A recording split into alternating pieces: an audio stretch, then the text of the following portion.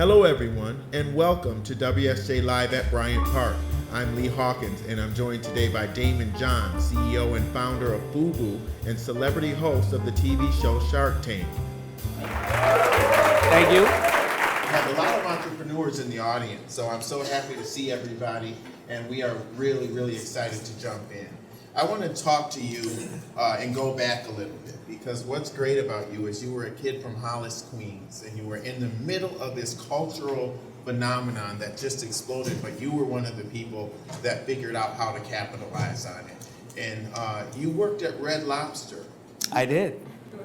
And you had 10 t-shirts in your basement. You were working at Red Lobster, and you came up with this idea for FUBU. Tell me about that. Well, you know, I was working at Red Lobster and I was buying and consuming everything hip hop, whether it was CDs, records, going to concerts and things of that nature. And I would start to hear all these designers say that they don't make anything for whether it's rappers or hip hop or African Americans or anything like that. Everybody had somebody that they didn't make it for, but really that was their main consumer. And I started to get frustrated. I said to myself, who's ever going to respect and love and value the customers that work so hard to support them? Knowing most of the designers now, I know they were not that ignorant to really say that. But those were urban, myths. But and then I was working at Red Lobster when they introduced cheese biscuits, right? Okay. So. Yeah, I know. I saw you at table 43. So I used to work there, and then I used to bring these cheese biscuits out to people, and they would get full off the cheese biscuits. And I was a waiter, and I was working off tips, and they would leave, and they would never leave any tips because they were full off the cheese biscuits. So I said, there's got to be a better way, right? And I went home and I created a brand for us, by us. I came up with that idea, and it wasn't really about African Americans. It was about a generation. It was about a culture. And I started putting these 10 t-shirts on different artists, so on rap videos, and I would put them on the artists, they would shoot a video, and I would take it back, and I'd put it on another artist and take it back. Before you know it, after 2-3 years, people thought I was this huge clothing company. But you were basically going to video sets and just begging and wishing for someone, one of those celebrities, to put on your t-shirt. Absolutely. There was one year that I sat on 43 video sets. Now, at that time, you have to understand, the celebrities they didn't have much money, right? But I also valued and respected them, and the other clothing companies couldn't care less about them. They wouldn't give them anything. So I was not only a fan of the music, I was a fan of the person, and that's the most important thing about anybody who supports you. If you make them feel special, they will keep supporting you, and that's why they really wore the clothes. But was it one of those contrarian investments where people didn't really see the phenomenon was there, but the business people didn't actually identify the opportunity that it would be profitable? Yeah, and that's when you sneak up on somebody, and most businesses have, whether you're a kid in Harvard who just wanted a couple of friends on your Facebook or any other brand, when you sneak up on them, it's really how you gain market share, and then speed is what you need. You join obviously with a strategic partner, a shark, and you bring all that knowledge of what you've learned when you were sneaking up on people to a corporate level. Okay, so take me through this kind of evolution, because you grew FUBU over the years. How long was the period when you think about from when you started to when you really were at your peak? Well, I started in '89 with the concept. It was Good Friday, 1989. I sold a couple of hats on a corner. I closed the company 3 times up until 1992 because I ran out of capital. That's when I started doing the little shirts here and there. And we had a factory in my own home and everything else like that. And we got to around 96, 97 where we started getting national exposure. Around 97, 98, I closed the deal with Samsung distribution. And then from 98 to around 2003, FUBU was, red hot. Yeah. And you feel like, we talked earlier and you said there was a period that you really should have capitalized and probably sold the company, and that you didn't. Yeah, well, it was one of those things, FUBU, was fortunate enough to really give hope and excitement to a lot of people, and people would walk up to me on the street and cry in tears and say, I found a way to empower myself. I never thought that I could own, and you guys are showing me how to own. And we were at the point where, big corporations were offering to buy us, $200, $300, $400 million, but we had this sense of pride that we didn't want to sell it, number one, and the numbers weren't right. And we decided that we wanted to go and acquire other companies. When looking back, we should have probably sold or took in other capital and had a successful exit. We would have probably taken about $500 million, but we never really exited. Okay, so in real estate, they talk about not being emotionally tied. Yeah. Right, but how can you not be emotionally tied to a business that you really started, that's your baby? Yeah, it's your baby, and it's very, very hard. One of the things we did right, though, was we ended up using the platform that we have in the distribution, the back office, to acquire other companies, such as Heather Ed and Drunken Monkey and Coogee, and right now we just acquired Etonic, the old footwear company. Okay, so you are just continuing to acquire businesses. Let's talk about Shark Tank, because it's just exploded. Yeah, it's fun. It's a time record breaker for CNBC that suffered on some of their ratings, but you guys have really helped kind of push them forward and bring them back to the fore. It's a cutthroat show. I mean, in terms of the judges and the intensity between you guys. Do you all get along? Offset? Offset, yes. We absolutely get along. On set, I mean, that is as real as it gets. Those pitches are anywhere from an hour to 2 hours long, and we're fighting with everybody. We're fighting with ourselves. Should we do this? We're fighting with mainly Kevin, and then we're fighting with the entrepreneurs, and it's real. You have so many companies that come in, and you put up this money. Do you have a finite amount of money that you personally can only go to spend, to commit each year? No, not really, because if you really look at it, most of the companies coming on there want anywhere from $100,000 to maybe $500,000, and if you end up closing on 10 deals, you'll be out of, the most probably about $3 million will be working capital per year, and that working capital will return on most of it. So I would say that any shark on the panel would most likely not have to invest more than $4 or $5 million per year, and that's still returning on the investment as well. And all you need is one of them, and it'll compensate for everything that you've invested in to hit. And a lot of these don't actually come to fruition. They may on the show, but down the line, do these deals fall apart after you do your due diligence? Well, some of them? Less than now. First couple of seasons, the producers were producers. They weren't necessarily, entrepreneurs. So, a lot of people on there may not have had the quality of deal flow that we liked. But now we've all gotten into a rhythm where I'm closing on 8 or 9 out of my 10 deals now, because the deal flow is better.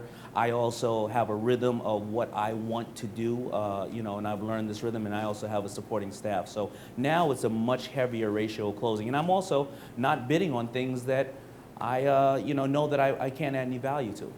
One of the things that you've done is you've taken the phenomenon of building celebrity and then building ancillary businesses around that. That's something that LL Cool J did. That's something that Jay-Z has done, and you were one of the originators of that concept. Is there a point that you spread yourself too thin, like you feel like, man, I have too many businesses and I don't have time to dedicate enough to each of them? Yeah, sure, absolutely. I think that everybody. How do you manage that? Yeah, I think that everybody, once they come into, they're fortunate enough to be successful and they have resources, they get this, you can drown in opportunity type of thing. I tried to start a record label here, I tried to start this, I tried to start that, and you realize that there's no shortcuts, and you realize that money is just not going to solve something or make it successful. It's really blood, sweat, and work, and heart, and heart, and or you need to partner up with somebody who's put the time in.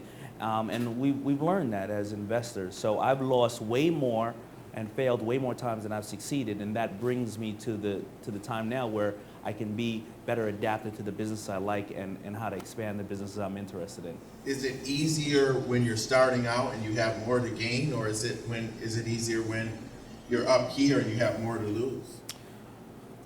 That's a good question. I've never been asked that before. I think that it's easier when you're up here because you don't necessarily have more to lose, but you can afford to invest and or go into these 5 pockets, and if these 2 don't work, you're okay because these 3 are still doing okay. So when I was first starting out, it was about life or death. It was, will I be able to feed myself or my family? Am I making the right career moves? Will I be able to get out of this debt if I take on another partner? So it was way the challenges were deeper at that time. How much of it is nuance? I mean, you are one of these guys that really understands culture. And Yeah. you have a good vision for what's hot or what's going to be hot. How much is it that? Because a lot of people don't have the authenticity. They think that they can acquire these skills, but you have to have them intuitively to some extent. You have to have them, to me, I believe that you have to have them somewhat intuitively, but you have to be smart enough to walk in the room and act like you're the dumbest person and be ready to learn. And that's the beauty of Shark Tank, is that we're able to invest in other people's dreams. Now, I'm not a digital native, right? But these kids coming on there 20, 25 years old are doing things so amazing that I, you know, the more they change the business, the more they stay the same. I may know the basics and the fundamentals to it and to the components that are needed, but that kid, that girl, that guy, they have the new elements. And I know if I add that to my knowledge, we can both win. I'm not like, you see, Mark Cuban thinks he knows everything, right? I walk in the room like I'm dumb, you know? Okay, so when you think of the tastemakers, because you're paying attention to millennials and to what's hot, in sports, who would you say inspires you the most right now that you're looking at to be the next hottest thing? In sports, in regards to the next hottest athlete or the next hottest sport? Athlete. You know, I'm really not a big sports guy. I'm really, you know, the sport that I follow is UFC, Okay. but I really couldn't answer that question. You know, I'm sure if I answer it, everybody will tell me I'm crazy. So. Okay, what about music? The next person to really come up in music, when you look at like kind of things that you would invest in or things that you would want to be a part of. Well, you know, the person who is changing the game in music is obviously Beyonce with her the release of the new album and how she's showing that you don't need the traditional brick and mortar. So, you know, I'm really fascinated by how you know, how she executed that program with a full album, videos, everything, being on the road, being a mother, you know, being a wife at the same time. So I'm gonna look at Beyonce for what she's recently done. But of course, as you know, one of my dear friends who is a phenomenon in music, and you can't really categorize him as a rapper, singer, or Latin or whatever, is Pitbull. And I really, I'm fascinated at Pitt's thinking as well. You know, he's really amazing. He's one of the most prolific product endorsers, and he's got this international vision. Yeah. And he's done it in ways that other rappers, if you want to call him a rapper, haven't been able to do. Yeah, you know what? You would go to you know, random countries, and he's just the biggest thing ever. And he's really a visionary. You know, at the end of the day, he doesn't make his music about politics. He knows that everybody wants to go home and let the music wash over them and have fun.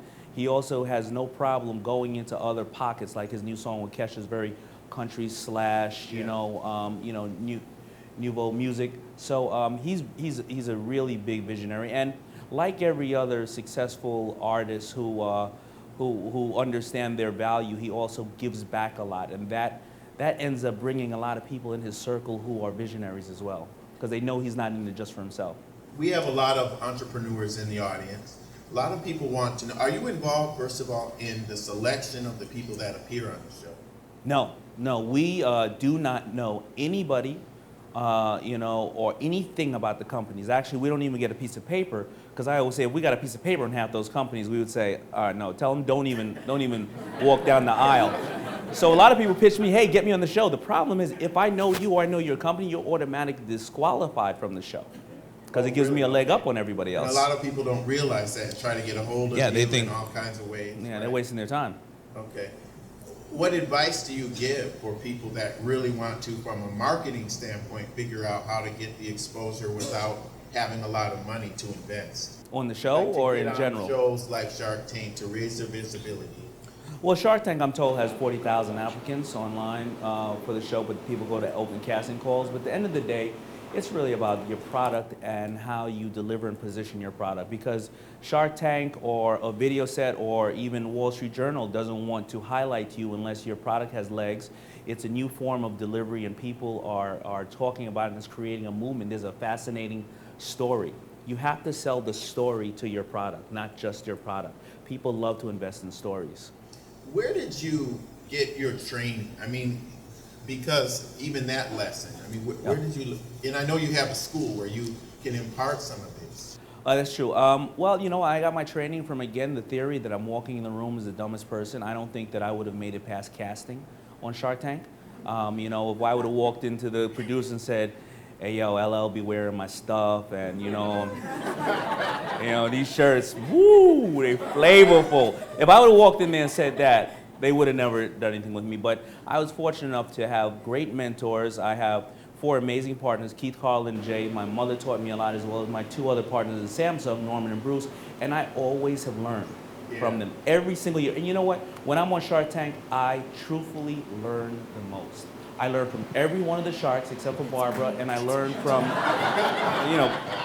Barbara's not that bright, and I learn from the entrepreneurs. I learn from everybody. Okay.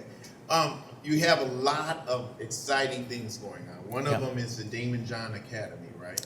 The Daymond John Academy, we go around the country and we talk and teach entrepreneurs in a 3-day full course about really entrepreneurship. Do you attend each one? Or? I attend some of the academies and speak when my time permits, but I have a team of about 20 people, and we teach everybody things from should you manufacture domestic or international, what's a trademark, what's a patent, should you get funding now, how do you set up for funding, and things of that nature. And you're dyslexic. I am. 4 of the judges on the show are dyslexic. 4 of the 6 sharks are dyslexic. And I'm working with Yale to bring the awareness to dyslexia, because 20% of the population is dyslexic, whether they know it or not. But unfortunately, in urban communities, when a kid is dyslexic and he or she is feeling like they're dumb, for argument's sake, and they don't go to school, you have a bigger pool of kids saying, why don't you come over here and do this instead? You don't need to go to school. And what happens is there's a lot of talented people that are dyslexic. Einstein, Tom Cruise, a couple of the presidents were dyslexic. So I really want to bring that awareness out to people. What has it done for your creativity? Dyslexia, actually, when I was in school, I got into a program, it was a co-op program, where I got to work 1 week, actually 3 blocks away from here as a foot messenger, and then I would go to school the other week. And the reason being is I didn't want to go to school. It also made me think of other creative ways to get the product out and the concept out. Numbers, you can't touch me on numbers necessarily, but in regards to reading and writing, dyslexia was always a challenge to me, so it made me work harder to study other things. All right, that is a very, very inspirational thing to hear for all of the people out there that may not necessarily be going to Harvard or whatever it is, but there are so many entrepreneurs that find their way somehow from within. I want to open it up because there are people in the audience, I'm sure, that have questions. Question about e-commerce. What's the mix between your company, between brick and mortar stores and online channel? And where do you see that heading in the future? With my company's e-commerce is probably about only 20%. That's some areas that we have to improve. I think that is by far the future. I'd rather that, because we get to directly speak to our consumer. We understand the feedback, and we no longer have to deal with the stores and a lot of times their issue if they're going to pay, if they're not going to pay, they're going to close the doors. So we have to concentrate on e-commerce, but just like I think everybody's challenge in business, things are changing so fast in technology. So, how are you getting these people to view your page? How are you getting these people to view your content? How is your content resonating with them? A lot of times e-commerce can actually hurt your business in some sense, and I learned that the hard way. When we were doing all these beautiful ads for one of my brands, Coogee, the e-commerce page is we would shoot these little flats of the garments to sell them, but they weren't shot in any glossy kind of image way. So a kid naturally was going to look at our product. He sees Coogee, he pulls it up. He sees all these little flats that look like, this is out of some cheap catalog. Immediately, that's his image of the brand, his or her image of the brand. So now we understood that as much as all this great advertising we're doing, it has to mimic it and mirror it here, or it can hurt the brand. So we learn these type of lessons every single day. I'm a former professional baseball player turned fashion designer, and we've been very fortunate to get some pro athlete and celebrity endorsements. And we originated in Brooklyn, so FUBU has been an inspiration to us. My question to you is, from your experience, can a small new brand that is getting some traction and some exposure, can we produce in the United States without ever having to look for manufacturing deals overseas. I started my collection purchasing pieces here in the United States, promoting the fact that we were made in America, which is awesome. I'm very proud to do that. But what I've learned doing research from other brands, that most times brands do have to leave and manufacture the goods overseas. Is that something that will be inevitable for my brand in order to achieve financial success? So at the stage you're at now, you absolutely can produce here, and the beautiful thing is China is getting more expensive, and Americans, when we manufacture or do anything, we are by far the best, hands down. And our prices are coming down here as China is raising their prices. I believe that manufacturing is returning to America, and I think that you absolutely can do an amazing job. And the best part about it is when you manufacture domestically, you can go there to the factories or the plants. Your turnaround time is much quicker, as well as, like his agenda. You're contributing to the schools, the police force, to everything else. So, absolutely, we had a big challenge on Shark Tank because there was one guy who was talking about he wanted to create jobs, and we told him maybe going overseas, but he didn't have the right sourcing in America to do it. But if you find these great factories, you absolutely can make it here. The question I had for you, are you finding more success with companies that are service products or more tangible products? And then just the second question behind that, are you only leveraging Shark Tank now as your source for looking for entrepreneurs? I find more success in products, not service products, only because that's my history. I would rather really be able to tap into the service of technology. I do not only look for deals through Shark Tank. I look through deals through several different initiatives I have.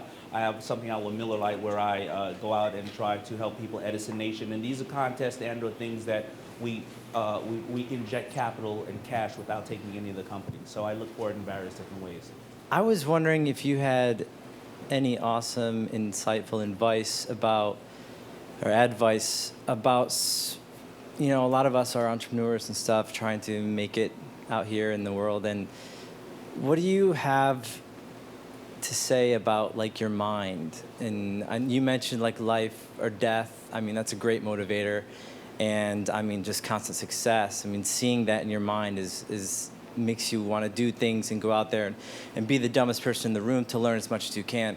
What can you say about, mind tricks to help you get past a certain point and to raise yourself to the next level and the next level? It's very hard, and I don't want to sound, like Gandhi, but first of all, you have to do something you're absolutely obsessed with and you love that you would do for free for the rest of your life. Second of all, you have to do it with people that you like to work with. You're going to work with these people longer, and you're going to see them more than you're going to see your family, per se. Second of all, a peace of mind, honestly, don't take in funding too soon. Because to have to pay back somebody else and have to always answer to somebody else about, what you're doing to the company, you just took away your freedom immediately. And the sooner you take in money, the more the money costs. Go out there and prove the market and understand it, and then the money will not cost as much. Somebody won't want 60% of the company, they'll want 10% of the company, and you'll feel better that you can provide for them. But it's all about being able to do exactly what you love and wake up every single day like it's Christmas when you're running your company. It's your baby, you're excited, you can't wait to do it. If you're doing it just for money, I promise you, you'll either not make the money or you'll end up in the wrong place if you make the money. So.